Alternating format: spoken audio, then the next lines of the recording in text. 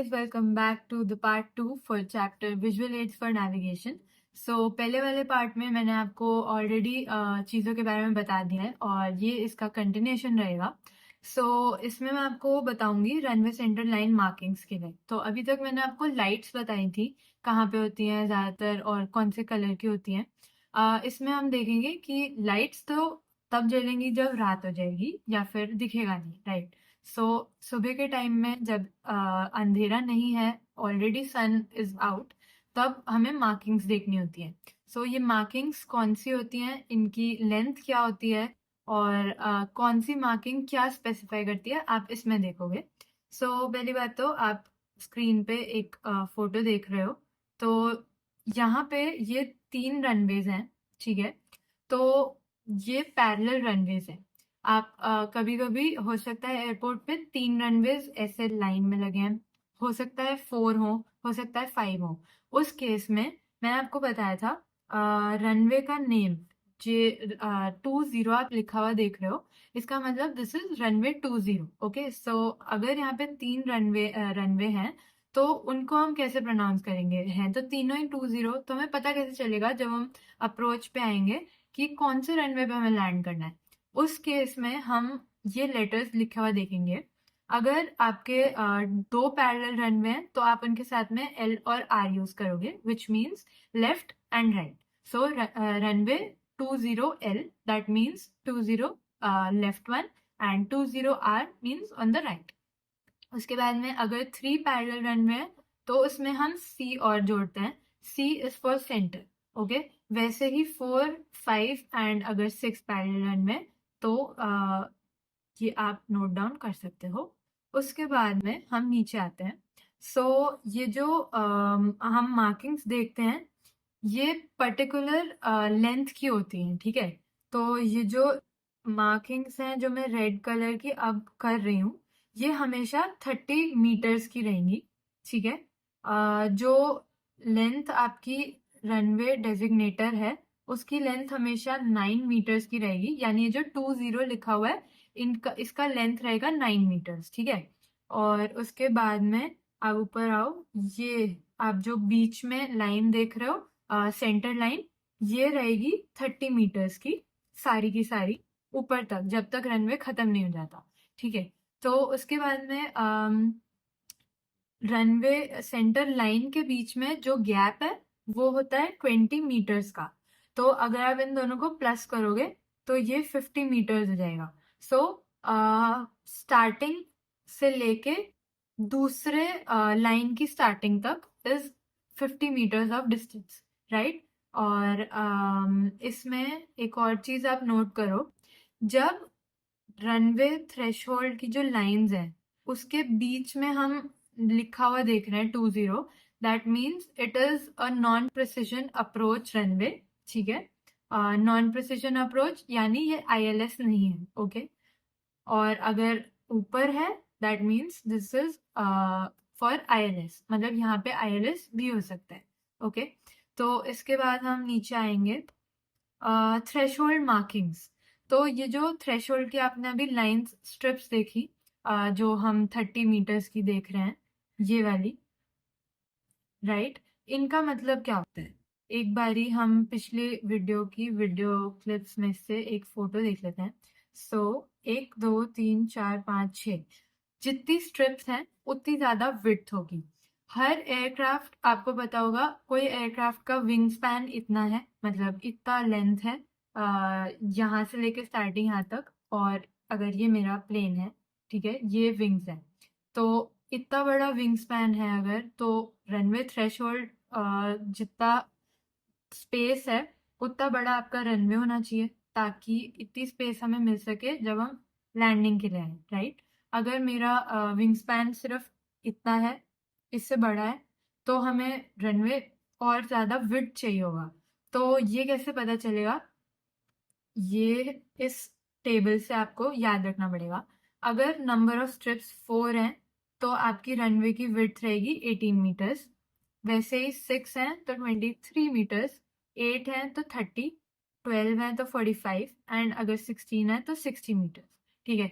ये आपको याद रखना पड़ेगा। इसके लिए कोई फॉर्मूला तो नहीं है, but it is a little easy. अगर आप 3-4 बार पढ़ोगे तो आपको ऑलरेडी याद रह जाएगा।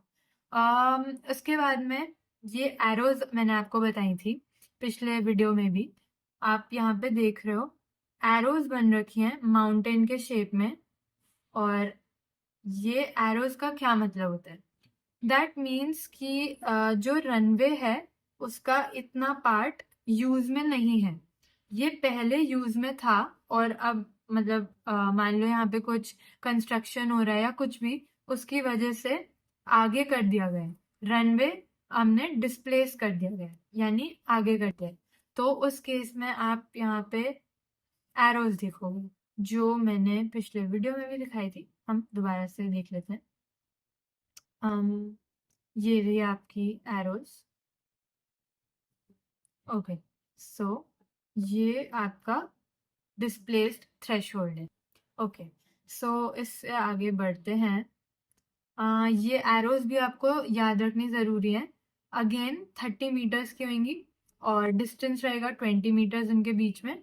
ये भी तो 30 प्लस 50, 30 प्लस 20 दोबारा 50। तो सारा कुछ इक्वली है, बस एक चीज़ आप याद रखोगे, उससे आपको 30 हर जगह पे याद रहेगा। इसके आगे एमिंग पॉइंट की आप मार्किंग्स देख सकते हो। ये टेबल थोड़ा सा याद रखना बहुत ज़रूरी है। ओके, सो यहाँ पे लिखा है distance from threshold to beginning of marking is if it is less than 800 metres, तो ये 150 मीटर होता है। ठीक है, अब इसका मतलब क्या है? Landing distance available, that means आपका कितना ज़्यादा बड़ा रनवे है। ठीक है, लैंड आप कुछ एक पार्ट पे ही करते हो, आप पूरा रनवे नहीं लेते हो। रनवे की लेंथ हम इस तरीके से डिज़ाइन करते हैं ताकि जब हमारा प्लेन आए और अगर किसी रीजन से रुक नहीं रहा है वो, जैसे कि ब्रेक्स नहीं काम कर रहे या कुछ भी हो सकता है, तो उसके आगे का पार्ट हम पहले से बना के रखते हैं ताकि वहां पे आके डैमेज तो जो होगा वो होगा, बट कोई इतना बड़ा मेजर एक्सीडेंट ना हो जाए और प्लेन अपने आप स्पीड कम कर ले। तो यहाँ पे दोबारा से स्ट्रिप्स के बारे में बता रहे हैं, तो आपको ये टेबल थोड़ा सा याद रखना पड़ेगा। उसके बाद में ये एक आपको देखना है। ओके, सो इसमें हम देखेंगे एमिंग पॉइंट और टच डाउन जोन क्या होता है। ठीक है, तो आप ये ब्लैक कलर के रेक्टेंगल्स देख रहे हो दोनों साइड पे, इसको हम बोलते हैं एमिंग पॉइंट। यानी आपको जब आप अप्रोच पे आ रहे हो तो इस पॉइंट पे एम अपना मतलब बिल्कुल आईज उधर रखनी है, तो एम करोगे यहाँ पे टच डाउन करने की। तब जाके आप थोड़ा सा आगे या पीछे करोगे तो कोई बात नहीं, चलता है, but this is the point where your wheel needs to touch. Okay, उसके बाद में ये सिर्फ दो ही होते हैं, दो as in pair, one pair है। इसके अलावा यहाँ पे आप ये 3 लाइंस देख रहे हो।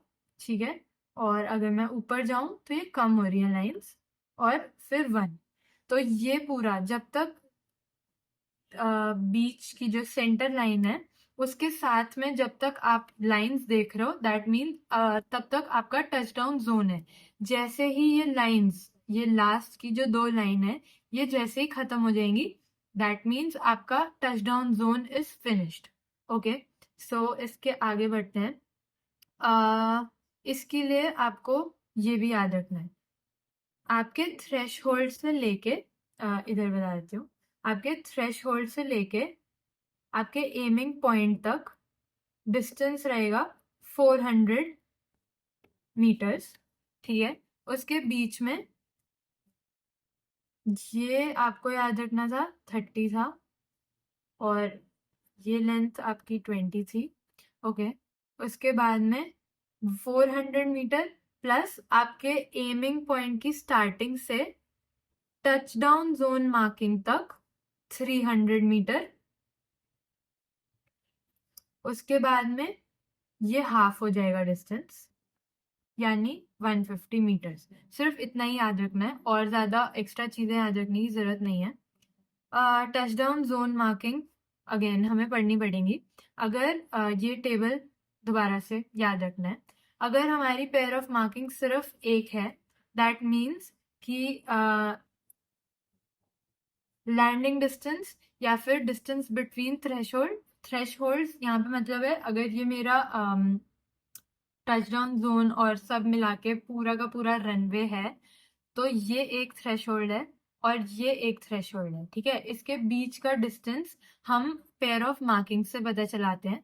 तो अगर सिर्फ एक पेयर है दैट मीन्स 900 मीटर से कम है डिस्टेंस पूरा का पूरा, और अगर टू है तो 900 मीटर से ज्यादा है बट 1200 मीटर से कम है।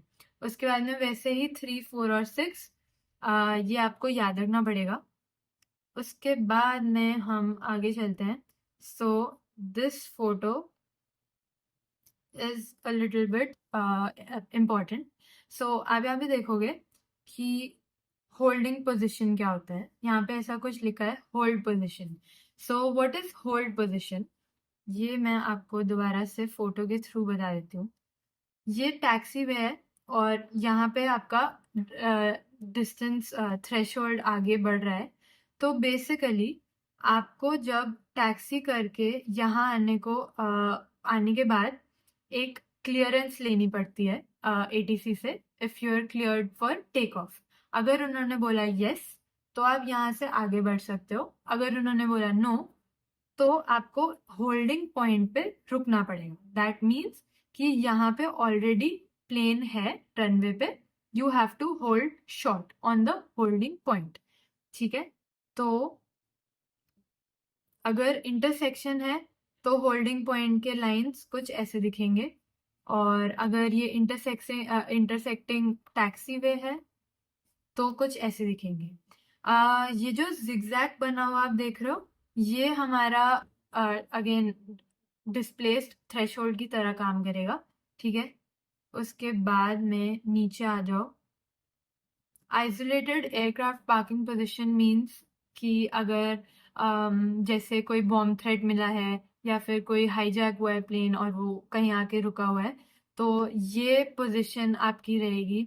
और अगर आप फ्यूल अपने एयरक्राफ्ट में फ्यूल भरवा रहे हो, लोड करवा रहे हो, तो आप ये खुलने में करोगे, यानी पूरा जगह ऐसे वहां पे कोई नहीं होना चाहिए। बिकॉज जो ऑयल हम यूज करते हैं अपने एयरक्राफ्ट में वो कुछ पेट्रोल या केरोसिन नहीं होता, डीजल नहीं होता, ये भी आप पढ़ोगे टेक्निकल जर्नल के अंदर। तो उस ऑयल को इग्नाइट होने में फ्रैक्शन ऑफ सेकंड का टाइम लगता है, जो बहुत अच्छी बात है। बट जब आप एयर में हो यानी जब आप फ्लाई कर रहे हो, not when you are on the ground, क्योंकि उससे इंजन में आग लग सकती है। अगर उसके आसपास कोई खड़ा है तो they can also catch fire. तो ये बहुत ही ज्यादा मतलब आपको केयर करनी पड़ती है इस टाइम पे, स्पेशली जब आप फ्यूल करवा रहे हो इंजन में, अपना फ्यूल भरवा रहे हो अपने प्लेन में। उसके बाद हम आगे बढ़ते हैं।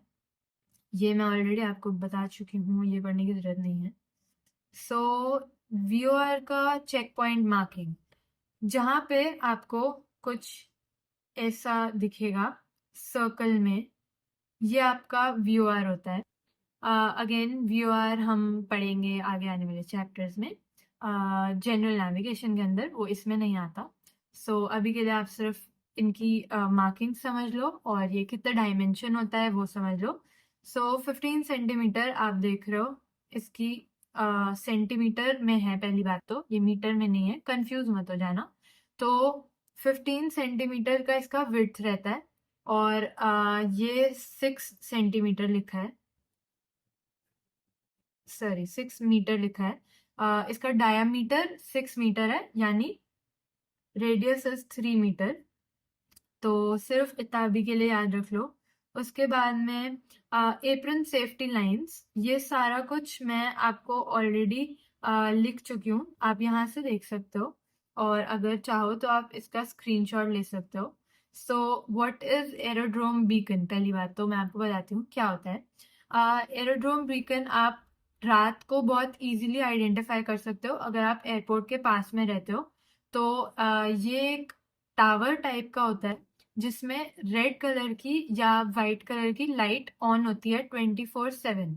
ओके, तो ये कुछ ऐसे पूरे सर्कल में घूमती है, मतलब हर टाइम ऐसे। अगर आपने सी के आसपास कभी आप गए हो, तो आइडेंटिफिकेशन बीकन आपका ग्रीन कलर के होता है लैंड पे, और अगर आप पानी में हो तो वो येलो कलर का रहेगा। इसके लिए भी मैं आपको कुछ फोटोज दिखा सकती हूँ। So this and this. तो ये जो टावर है, आप इसमें व्हाइट कलर की लाइट देख रहे हो, ये आपका एरोड्रोम बीकन होता है। और ये ग्रीन कलर में आप देख रहे हो, ये लैंड पे है, that is why it is green in colour.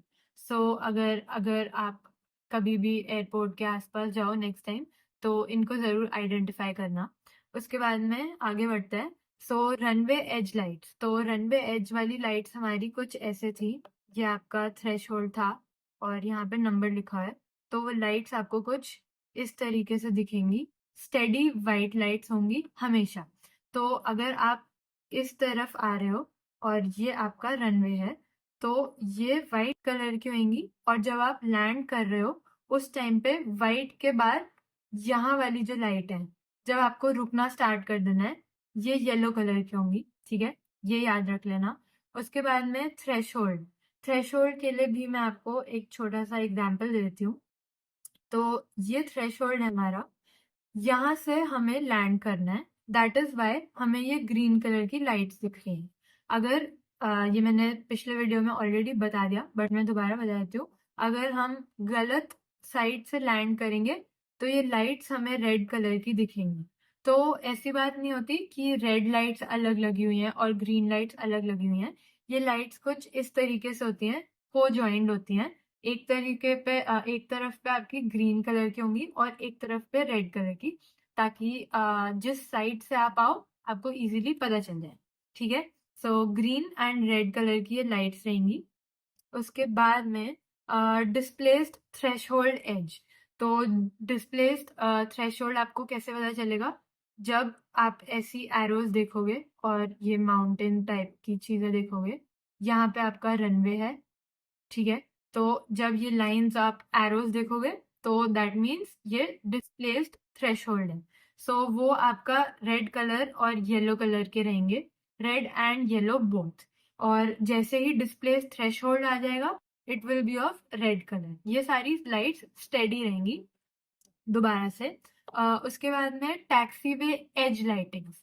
तो आप ना एक ट्रिक इसके लिए यूज कर सकते हो। ऐसे याद रखो, जब हम किसी टैक्सी में बैठते हैं तो वो येलो कलर की होती है। तो हम टैक्सी क्यों लेते हैं? हमें एक प्लेस से दूसरे प्लेस पे पहुंचना है, that is why we take a taxi which is of yellow colour. ठीक है, तो वो पूरे रास्ते में तो आप येलो कलर की ही टैक्सी में बैठोगे, राइट? तो जब तक आप अपने रनवे तक नहीं पहुंच जाते, तब तक जो मार्किंग्स हैं वो येलो कलर की रहेंगी। और जो एज है टैक्सी का, अगर ये आपका थ्रेशोल्ड है और ये आपका टैक्सी वे है, ये जो जे फॉर्म हो रहा है, ठीक है, ये आपका टैक्सी वे है। दोबारा से बना देती हूँ। तो यहाँ पे इसके एज पे जो लाइट्स रहेंगी, ये आपकी हमेशा ब्लू कलर की रहेंगी, अगेन स्टेडी लाइट्स। उसके बाद में approach lights, flashing sequenced white till 100 feet. तो जैसे ही आप अप्रोच पे आओगे, ठीक है, तो यहाँ पे ऐसे करके लाइट्स रहेंगी। ये सारी लाइट्स वाइट फ्लैश करेंगी ऐसे।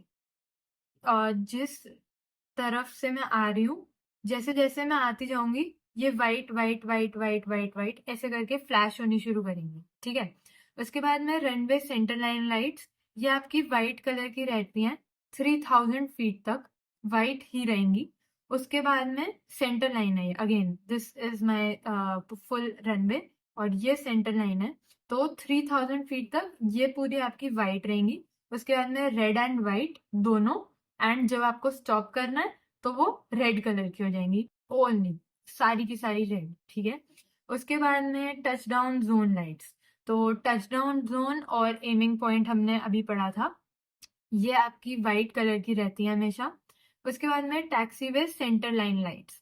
तो अभी मैंने आपको बताया था टैक्सी वे का मार्किंग्स क्या होती हैं, वो हमेशा रहेंगी येलो में।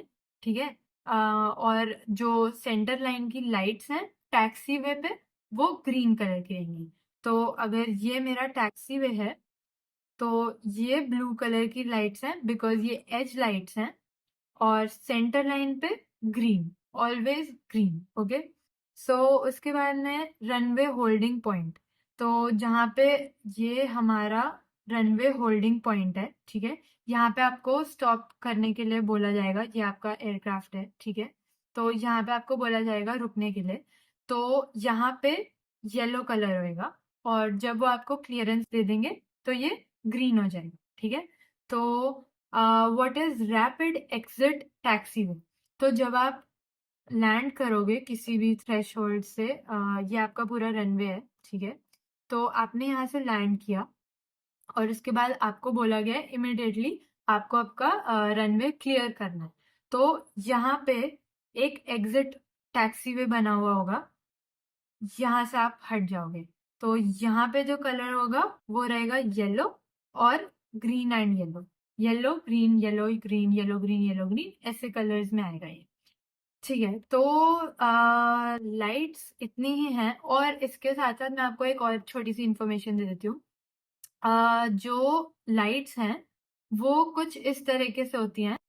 अगर आप रनवे पे हो या टैक्सी वे पे हो, कुछ इस तरीके से, तो जितनी लाइट्स इस रनवे के अंदर होंगी वो एम्बेडेड होंगी, यानी ऊपर उठी हुई नहीं होंगी। बिकॉज ऐसे समझो कि आपके जो एयरक्राफ्ट के व्हील्स हैं वो उस पे से जाएंगे, which we do not want. Okay, so जितनी भी बाहर की लाइट्स रहेंगी, जैसे कि ये आपका रनवे है, तो जितनी भी एज लाइट्स होंगी वो सारी की सारी स्ट्रोब लाइट्स होंगी। Now what is a strobe light, ये आप गूगल भी कर सकते हो। स्ट्रोब लाइट कुछ ऐसी रहती है। ये आपका स्ट्रोब है, अगर रेड लाइट है तो वेल एंड गुड, बिकॉज ये मेरा मार्कर रेड कलर का है, तो उसके हिसाब से आप देख लो। ये स्ट्रोब है और ये आपकी एम्बेडेड लाइट है। तो आप डिफरेंस अगर देखोगे, ये पूरी मतलब गड़ रखी होगी जमीन के अंदर, और जो स्ट्रोब लाइट्स होंगी वो ऊपर उठी हुई होंगी। तो इतना ही डिफरेंस है, इसमें और कोई डिफरेंस तो नहीं है। इसके अलावा बस आपको जब भी आप कोई चैप्टर पढ़ लो आर के बाली से, तो आई वुड सजेस्ट यू कि आप पीछे के जो सारे क्वेश्चंस दिए हैं एक बार उन्हें अटेम्प्ट जरूर कर लेना, क्योंकि डीजीसीए के एग्जाम में ये लोग हमेशा पीछे से ही क्वेश्चंस बना के देते हैं, ठीक है।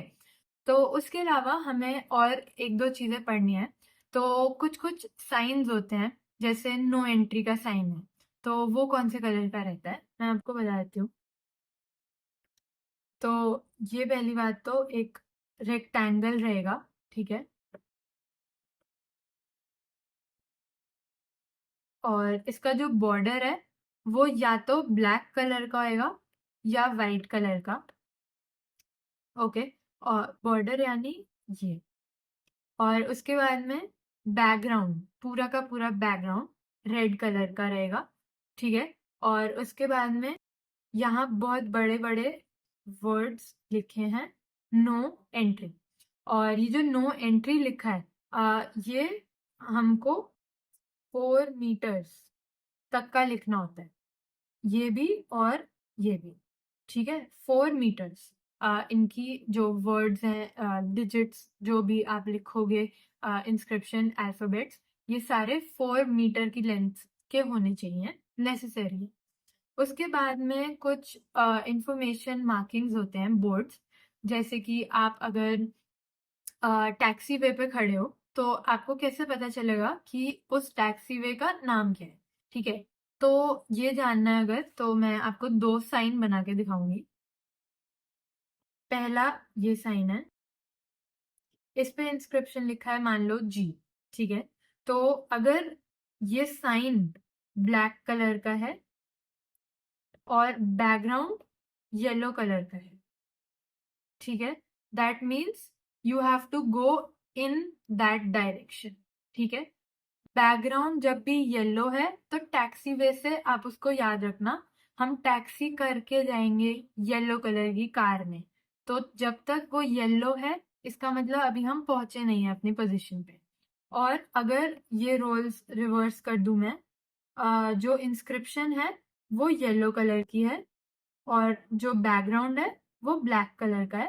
That means that is your position. ठीक है, आप वहां पे खड़े हो, यानी आप जी पॉइंट पे खड़े हो। जस्ट एग्जाम्पल दे रही हूँ, ये नहीं होता, हो सकता है कुछ और लिखा हुआ हो, वैसे मैं आपको कलर बता रही हूँ। ठीक है, तो ये है आपकी पोजीशन।